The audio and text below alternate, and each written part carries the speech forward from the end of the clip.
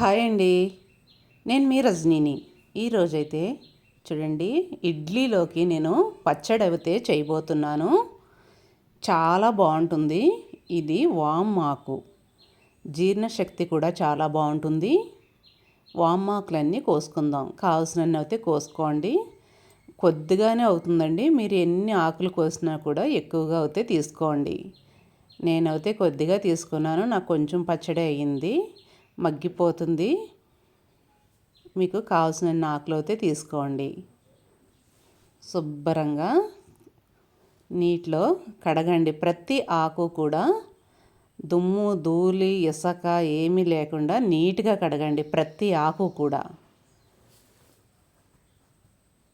వామాకు tea పెట్టుకోవచ్చండి, చాలా బాగుంటుంది. ఇలా పచ్చడి కూడా చేసుకోవచ్చు, నిలవ పచ్చడి కూడా చేసుకోవచ్చు. నేను అప్పటికప్పుడు ఇడ్లీలోకి అయితే ఇలా అయితే పచ్చడి అయితే చేస్తున్నాను.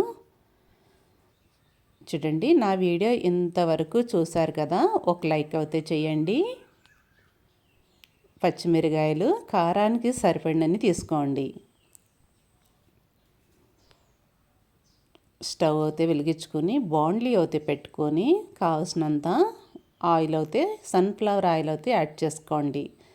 పచ్చిమిర్చి అన్నీ కూడా ఇలా 2 ముక్కల కింద అయితే కట్ చేసుకొని వేసుకోండి.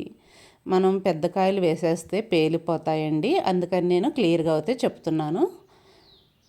చూడండి, ఇలా అయితే 2 ముక్కల కింద కట్ చేసి కొంచెం వేగనివ్వండి. పైన బబుల్స్ తెల్లగా వచ్చిన తర్వాత వామాకు అయితే వేసుకుందాం. వామాకు కట్ చేయాల్సిన పని లేదండి, ఇలాగే వేసేసుకోవచ్చు. చిటుక్కుమని మగ్గిపోతుంది. చూడండి, పొగ అయితే బాగా వస్తుంది. అడిలిపోవద్దండి అస్సలు. ఎందుకనంటే వామాకు మగ్గేటప్పుడు ఇలా పొగ వచ్చేస్తుంది. చూడండి, ఎంత ఆకు తెచ్చాం మనం, ఎంత కొంచెం అయింది చూడండి. కొత్తిమీరలాగా ఉంటుంది. టేస్ట్ అయితే సూపర్. 2 వెల్లుల్లి రేకులు, జీలకర్ర, 1 స్పూన్ జీలకర్ర యాడ్ చేసుకోండి. చింతపండు చాలా బాగుంటుందండి. తగినంత కల్లుప్పు టేస్ట్కి. మనకి ఇది వామాకు అంతా ఎంత ఉందో అంత క్వాంటిటీ బెల్లం పొడి అయితే తీసుకోండి.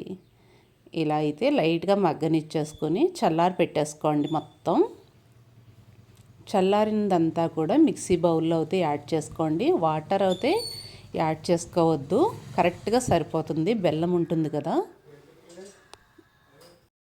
చూడండి, కరెక్ట్గా సరిపోయింది. మీకు కావాలంటే వాటర్ పలచగా కావాలంటే యాడ్ చేసుకోండి. ఇప్పుడు ఇడ్లీ బ్యాటర్ అయితే బాగా మిక్స్ చేయండి. సాల్ట్ అయితే వేసుకొని బాగా మనం ఎంత బాగా కలిపితే అంత బాగా ఇడ్లీలు అయితే సాఫ్ట్గా బాగా వస్తాయి. చూడండి, ఇలా అయితే కలిపేసుకోండి. ఇలా ఇడ్లీ రేకులు అయితే ఒక్కసారి తడపండి నీట్గా. తడిపిన తర్వాత ఆయిల్ అయితే వేసి అప్లై చేయండి. సాఫ్ట్గా వస్తాయి, టేస్ట్ కూడా బాగుంటాయి. ఇలా ఇడ్లీలన్నీ కూడా ఒక గరిటె, చిన్ని గుంట గరిటె అయితే పెట్టుకొని ఒక్కొక్క దాంట్లో ఒక్కొక్క గరిటె అయితే వేసేసుకోండి. చూడండి, ఇప్పుడు మనం ప్రతి రేకు కూడా యాడ్ చేసేసుకుందాం. యాడ్ చేసిన తర్వాత మనం కుక్ చేసేసుకుందాం ఇడ్లీలన్నీ కూడా. చూడండి, నీళ్లు మరిగేటప్పుడే మనం ఇడ్లీ రేకులు అయితే పెట్టుకోవాలి. పొంగిపోకుండా ఉంటాయి, బాగా వస్తాయి. 2 విజిల్ రానివ్వండి. ఇడ్లీలు అయితే చూడండి చక్కగా కుక్ అయిపోయినాయి. ఇప్పుడు మనం ఇడ్లీలన్నీ తీసేసుకుందాం. ఒక అరిటాకు అయితే వేసుకుని సర్వ్ చేసేసుకుందాం.